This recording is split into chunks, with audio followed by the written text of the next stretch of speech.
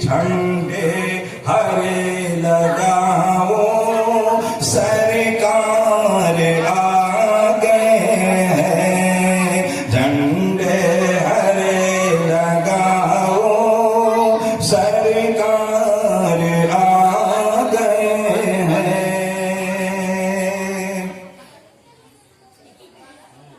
کیا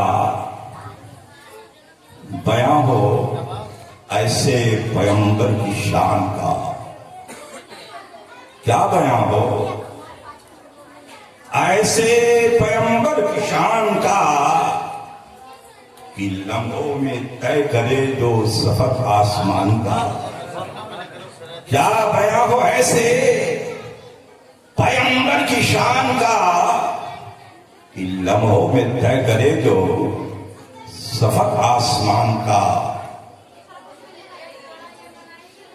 جنت سمٹ کر میرے تصور میں آ گئی، جنت سمٹ کر میرے تصور میں آ گئی، نقشہ بنا رہا تھا نبی کے مکان کا، نقشہ بنا رہا تھا میں نبی کے مکان کا، جنت سمٹ کر میرے تصور میں آ گئی، نقشہ بنا رہا تھا نبی کے مکان کا۔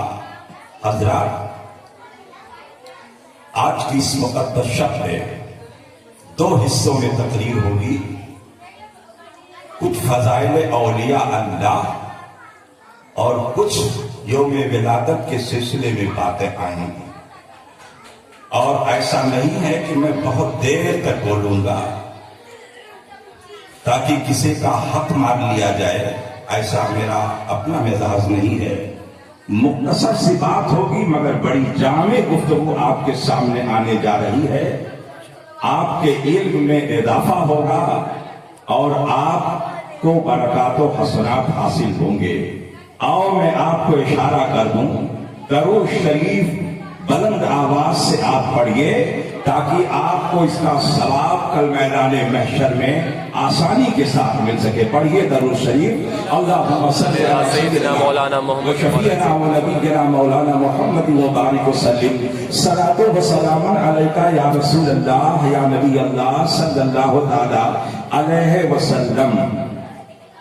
جابر بابو نعرہ لگاؤ، ایسا رائے ہے کہ نعرہ کرتی تو ہم روک دیے ہیں، اگر پسند آ جائے تو نعرہ ضرور لگاؤ، اور ہماری اپنی عادت نہیں ہے کہ آپ سبحان اللہ کہہ دیجئے یا ہاتھ اٹھا لیجئے یا یہ کر دیجئے وہ کر دیجئے، سب آپ کا دل اگر متوجہ ہو جائے، مسرور ہو جائے آپ، تو آپ سبحان اللہ کہہ دیجئے، اور دل اجاگر ہو جائے تو آپ کہیے کہ نعرے تکبیر لگا دیجئے۔ ہم آپ سے کہیں گے نہیں، دل چاہے گا تو آپ کہیں گے، اور نہیں چاہے گا تو چپ چاپ سے بات کیجئے گا۔ یہ درود شریف جو ہے کب سے پڑھا جا رہا ہے؟ جب سے آدمی کا وجود ہوا ہے۔ درود شریف کب سے پڑھا جا رہا ہے؟ جب سے آدمی کا وجود ہوا ہے۔ اور آدمی کا وجود کہاں سے ہوا ہے؟ حضرت آدم علیہ السلام سے ہوا ہے۔ اللہ تعالیٰ نے بغیر ماں باپ کے حضرت آدم کی پیدائش فرمائی۔ آپ کہاں رہتے تھے؟ جنت کے اندر رہتے تھے، جنت کے بہاروں میں رہتے تھے، جنت کے انواع و اقسام آپ کے سامنے ہے، ساری اورنگ اس کے گریبان کو پکڑ لیجئے اور پکڑ کر کے یہ کہہ دیجئے کہ ارے نادان تو کیسی بات کر رہا ہے، سن تعظیم کرنے کے لیے تو رب کی طرف سے اشارہ ہے، اس کے حبیب کی طرف سے اشارہ ہے، اس کے پیغمبر فرماتے ہیں کہ روئے زمین پر کہیں بھی ہو تم کعبہ کی تعظیم ضرور کیا کرو۔ اپنے کعبہ کی جب تم تعظیم کرو گے،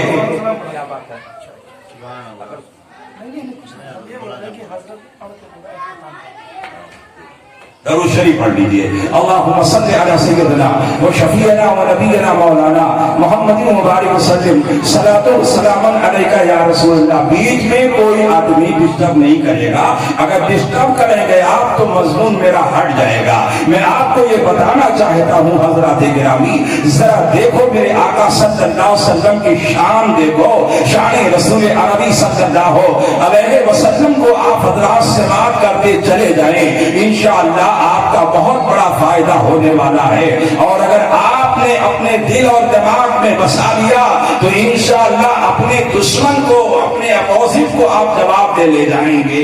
آج کہتے ہیں کہ اتنی دور سے اترولہ سے اگر ہم سلام پڑھیں گے اور تعظیم بجائیں گے نبی کی، یا نبی سلام علیکہ کریں گے، تو یہ گنبد خضرا یہاں سے بہت دور ہے، شہر مدینہ یہاں سے بہت دور ہے، مگر علماء بیان کرتے ہیں کہ اس عالم سے پوچھو، اس بدنصیب انسان سے پوچھو، اگر گنبد خضرا بہت زیادہ دور ہے تو کیا کعبہ بھی تمہارے جیب کے اندر ہے، یا تمہارے شہر میں موجود ہے، یا تمہارے محلے میں موجود ہے؟ کعبہ کی تعظیم کے لیے حکم دیا جا رہا ہے کہ اس کے ساتھ اس کی طرف جو ہے کر کے تم چہرہ کر کے پیشاب نہیں کر سکتے ہو، اس کی طرف منہ کر کے جو ہے تم پاخانہ نہیں کر سکتے ہو، اس کی طرف منہ کر کے تم تھوک نہیں سکتے ہو، اس کے تعظیم و تکریم میں تم لگ جاؤ، یعنی کعبہ کی تعظیم کرو۔ ایک سوال ابھر کر کے آتا ہے مسلمانوں، ذرا دیکھو کعبہ کی تعظیم کرنے میں آپ کو کیا ملنے والا ہے؟ علماء بیان فرماتے ہیں کہ اگر کوئی مسلمان پیشاب کرنے کے لیے بیٹھ گیا یا پخانہ کرنے کے لیے بیٹھ گیا، یا اچانک اس نے کعبہ کی طرف تھوک دیا بول کر کے، حضرات بیان فرماتے ہیں، اور اس کے دماغ میں یہ بات نہیں تھی، بھول کے تھوک دیا اور اچانک یاد آیا، ارے میں نے یہ کیا کر دیا کہ کعبہ کی طرف بیٹھ کر کے پیشاب کر دیا، یا پیشاب کرنے والا تھا اچانک اٹھ گیا کہ ارے ادھر کعبہ ہے، تو خدا کی قسم اس کے عوض میں علماء بیان فرماتے ہیں اتنی تعظیم کرنے کی وجہ سے اللہ تبارک و تعالی اس مرد مومن کی بخشش فرما دیتا ہے۔ مجھے بتاؤ مسلمانوں، جب کعبہ کی تعظیم کرنے کی بنیاد پر انسان بخشا جا رہا ہے تو میرے آقا تو کعبہ کے بھی کعبہ ہے۔ حاجیو آؤ شہنشاہ کا روضہ دیکھو، کعبہ تو دیکھ چکے، کعبے کا کعبہ دیکھو۔ نعرے تکبیر، نعرے رسالت، عرض مقدس۔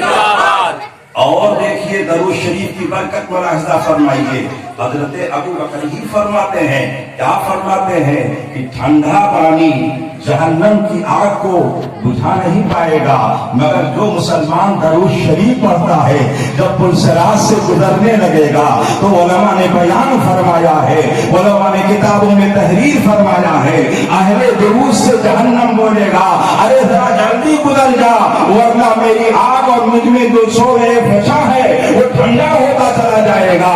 مطلب یہ ہے کہ درود شریف پڑھنے والا انسان جب رہے پلسرات سے گزرے گا اور نیچے جہنم ہے، اس درود شریف کی برکت کا یہ رقم ہوگا کہ جہنم کی آگ بھی سرد ہو جائے گی۔ اور دیکھو یہ درود شریف، اور یہ کون فرما رہے ہیں؟ یہ خلیفہ اول حضرت ابو بکر فرما رہے ہیں۔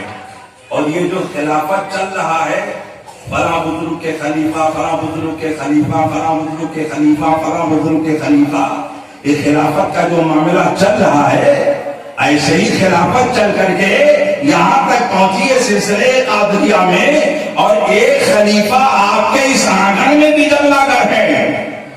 یہ نہ دیکھیے کہ فلاں صاحب ہے ہمارے محلے کے ہیں، اگر یہ کمزور ہیں تو ان کے پیران اعظام اور ان کے مشائخان کرام بہت مضبوط ہیں، مستحکم ہے، قدرت رکھتے ہیں، اگر کسی چیز پر وہ اڑ جاتے ہیں تو اللہ تعالیٰ ان کی قسم کو ضرور پوری فرما دیتا ہے۔ حضرت سیدنا ابو بکر صدیق رضی اللہ تعالیٰ عنہ کون ہے جانتے ہیں؟ میرے آقا صلی اللہ علیہ وسلم کے سسر بھی ہیں اور میرے آقا کے خلیفہ اول بھی ہیں۔ اتنا بڑا مقام ہے اور اتنا زیادہ میرے آقا کی انہوں نے خدمت کی ہے۔